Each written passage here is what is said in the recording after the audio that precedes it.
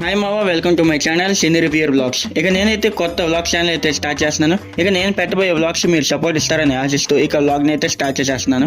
మీకు రంజాన్ అంటే ఏం గుర్తొస్తుందో తెలియదు కానీ ఇక మాకు విజయవాడలో రంజాన్ అనగానే మాకు గుర్తొచ్చేది పంజా సెంటర్. మరి రంజాన్ సీజన్ అయితే వచ్చేసింది. మరి పంజా సెంటర్ కి వెళ్ళబోతే ఎలాగా, అందుకే పంజా సెంటర్ కి అయితే వచ్చేసాము. జనం చూడండి మామూలుగా లేదు, హడావడి అయితే వర్ష పెట్టి స్టాల్స్ అయితే పెట్టేశారు. ఇక అలా ముందుకు వెళ్తూ మనం అయితే ఒక షవర్మా అయితే ఆర్డర్ చేసాం.